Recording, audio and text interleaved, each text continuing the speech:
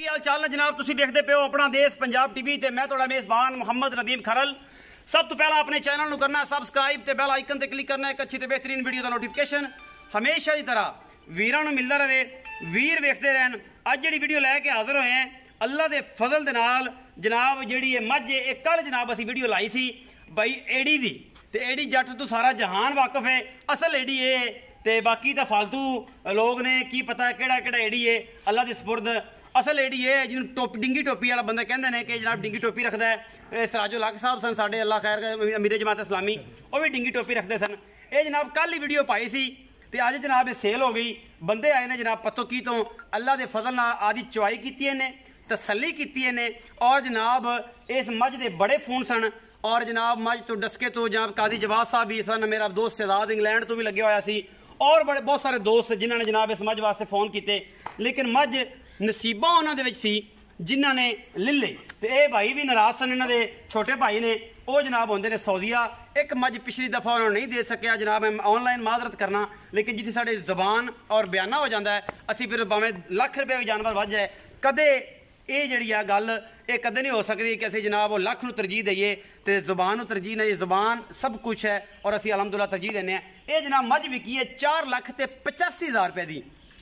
10,000 रुपया एडी भाई ने बड़िया मिन्नतां और सिफारिशा नाल ये भाई उन्होंने छड़ाया और अगला अलामा लाया है कि जनाब उन्होंने मझ पिछली जी मैं एडी भाई को नहीं लैके दी सी, ये फिर खुद आ गए और जनाब मैं 4,85,000 रुपये की। भाई इफ्तिखार नाम ना भाई इफ्तिखार सऊदी अरब तो इफ्तिखार दुबई तो वो जनाब सन तो नाराज होए सन कि नदीम भाई तुसीं चंगी नहीं की, मझ तुसीं अगे सेल कर दी। तो मैं कहा यार भावें तू 50 लख भी मैंने ज़्यादा देंगे तां भी नहीं होना जिहदे नसीब सही होगी। अच्छा तो भाईजान कोल आ जाओ। ये भाईजान की नाम है तुहाडा? गुफ्तार हुसैन। गुफ्तार हुसैन भाई की हाल जी? ठीक ठाक हो भाई। गुफ्तार ये दसो कि मझ का सौदा भाई एडी नाल तुसीं डायरेक्ट ही कर लिया?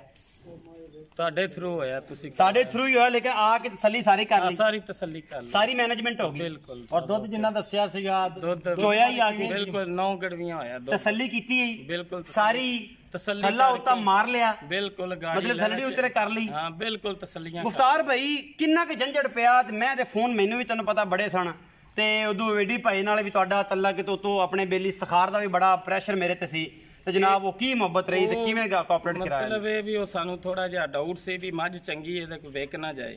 ਬੜੇ ਜ਼ਰੂਰੀ ਕੰਮ ਸੀ, ਮੈਂ ਸਾਰੇ ਛੱਡ ਕੇ ਤੇ ਮਤਲਬ ਮਿਸਤਰੀ ਲਾਏ ਨੇ, ਮੈਂ ਉਵੇਂ ਨਿਕਲ ਆਇਆ।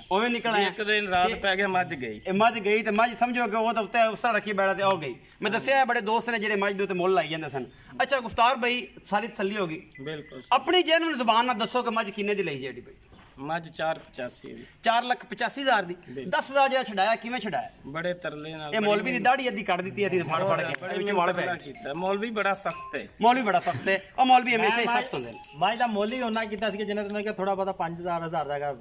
ਏਡੀ ਭਾਈ ਤੁਸੀਂ ਜਿਹੜੀ ਮੁਹੱਬਤ ਨਾਲ ਸਾਡੇ ਨਾਲ ਕੀਤੀ ਹੈ, ਮੈਂ ਭਾਈ ਗੁਫਤਾਰ ਹੋਰਾਂ ਨੂੰ ਦਿੱਤੀ ਹੈ, ਭਾਈ ਸਖਾਰ ਹੋਰਾਂ ਨੂੰ ਦਿੱਤੀ ਹੈ, ਪੱਤੋ ਕੀ ਤੋਂ ਆਏ ਨੇ ਤੇ ਆਪਣਾ 4,85 ਤਸੱਲੀ ਹੋ ਗਈ। ਹਾਂਜੀ ਤਸੱਲੀ ਹੋ ਗਈ, ਫਾਈਨਲੀ ਤੌਰ ਤੇ ਹੋ ਗਈ। ਅਸੀਂ ਮੁਬਾਰਕਬਾਦ ਪੇਸ਼ ਕਰਨੇ ਆ ਕਿ ਜਨਾਬ ਭਰਾ ਦੀ ਮੱਝ ਫਿਰ ਵਿਕੀ ਤੇ ਜਨਾਬ ਥੈਂਕ ਯੂ ਸੋ ਮਚ ਤੁਹਾਡਾ ਤੇ thank you so much Iftikhar ਵੀ ਤੁਹਾਡਾ ਤੇ ਗੁਫਤਾਰ ਵੀ ਤੁਹਾਡਾ ਕਿ ਤੁਸੀਂ ਕਿੰਨੇ % ਕਮੈਂਟ ਦਿੰਦੇ ਹੋ ਕਿ ਆਪਣਾ ਦੇਸ਼ ਪੰਜਾਬ ਟੀਵੀ ਨਦੀਮ ਖਰਲ ਜਿਹੜਾ ਕਿੰਨੇ % ਅੱਛੀਆਂ ਮੱਝਾਂ ਨੀਲੀ ਦੀਆਂ ਦਿਖਾਉਂਦਾ ਹੈ?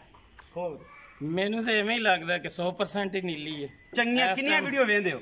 बहुत ज्यादा मैं वीडियो डेली वेखी दी कोई एक तो एक बात बड़ियां मज्जां ਅਸੀਂ ਲੈ ਕੇ ਗਏ ਇੱਥੋਂ, ਬਹੁਤ ਜ਼ਿਆਦਾ ਮੱਝਾਂ ਇਸ ਦਫਾ ਇਸ ਵਕਤ ਵੀ ਸਾਡੇ ਕੋਲ 10-12 ਮੱਝਾਂ ਨੇ, ਸਾਰੀਆਂ ਇੱਥੋਂ ਹੀ ਗਈਆਂ ਅਲਹਮਦੁਲਿਲਾ ਨੀਲੀ ਦੀਆਂ।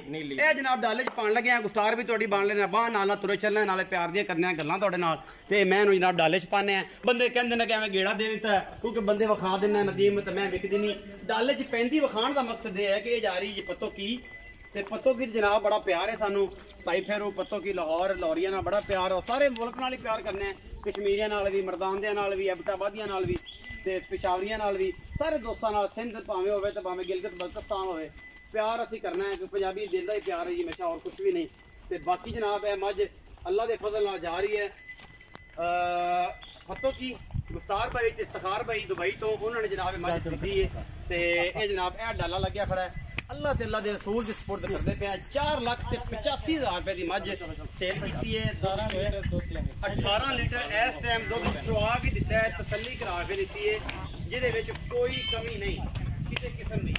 ये डाला भी साडा नहीं कि असं आ कोई खा लो। देवल शरीफ बंदे जानते ने ये जनाब पुछ सकते ने आपे की गल आ की बात आ की मामला है। बाकी जनाब यह गड्डी जा रही है ये अल्लाह ते अल्लाह के रसूल दे सुपुर्द करन लगे हैं। बाकी लैने देने मुकद्दर होंदे ने। अगर वीडियो अच्छी लगे वीडियो को लाइक शेयर और कमेंट जरूर करना, अपनी राय जरूर देनी है। पाकिस्तान जिंदाबाद, पाक आर्मी।